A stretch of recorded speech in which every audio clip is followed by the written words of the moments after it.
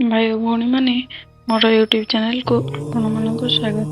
आसतु जानिबा ए वर्ष गणेश पूजा दिन महासुजोग रही एमती किसी उपाय करवा जहाँ मागिबे ताहा पाइबे एवं आपणकर कुंडली रे केबे भी मांगलिक दोष रहिबो नाही।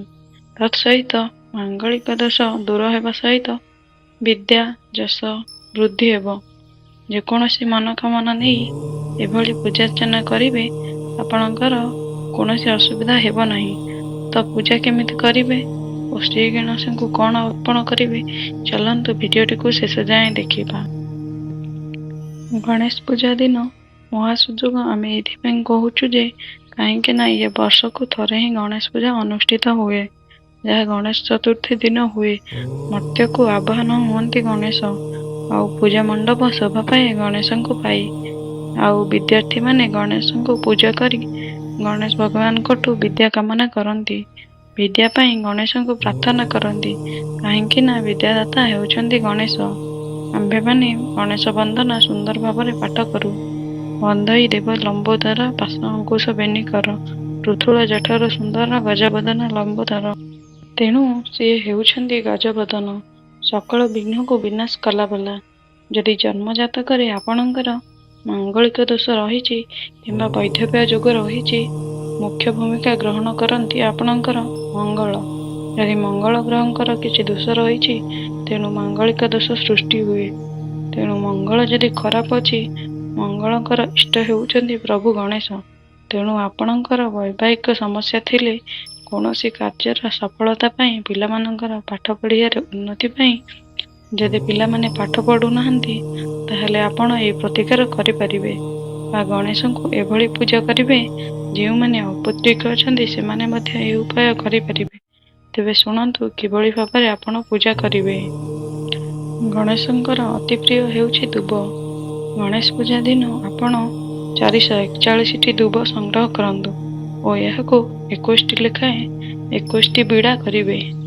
तापरे ए 21 बिड़ा को माळ करंतु और से माळ को गणेश ऊपर चढ़ातु। खाली सेतिकी नुह 21 खंड हलदी को मध्य माला करिवे और से माळ को गणेश ऊपर चढ़ाइबे। किंबा जदि पारुछंती से 21 दुब बिड़ा माला मध्यरे 21 खंड हलदी को बांधि पारिबे। ता सहित आपण हाथ जल अक्षत धरी सकाळू आपण श्री गणेश को आवाहन करी संकल्प करंतु। हे गणपति भगवान मु आपण को विनम्र निवेदन करुछि जदि आपण पुत्र पई निवेदन करुछंती ताहले नाम और गोत्र कहिबे आउ आपणक अपत्रिक दोष दूर करने को कहिबे। आपण जदि मांगलिक दोष दूर करने को चाहूछंती एभली कामना करी जल अर्पण करी तले पकाई दियंतु। तापर किछि अक्षत को अर्पण करंतु और तापरे गुंथिथिबा माला को अर्पण करंतु। तापरे संध्या समय मध्य सेही भली क्षमा प्रार्थना करी विसर्जन करिवे। सेही दुब को किछि आपणक पाखरे रखि पारिबे और किछि विसर्जन करिदेबे। एहा द्वारा आपणकर मांगलिक दोष दूर हेबो सहित आपणक वैधव्य दोष मध्य दूर होई जाए। एहा एक महासुजोग। एहा आपण निश्चित भाବରେ करंतु। यदि आपण उन्नति पई चाहूछंती संकल्प बेले कहिबे हे गणपति भगवान मु मोर व्यवसाय उन्नति हेबा पई मु आपणको ए दुब हलदी को समर्पण करुछि। मोर दुख दूर करंतु।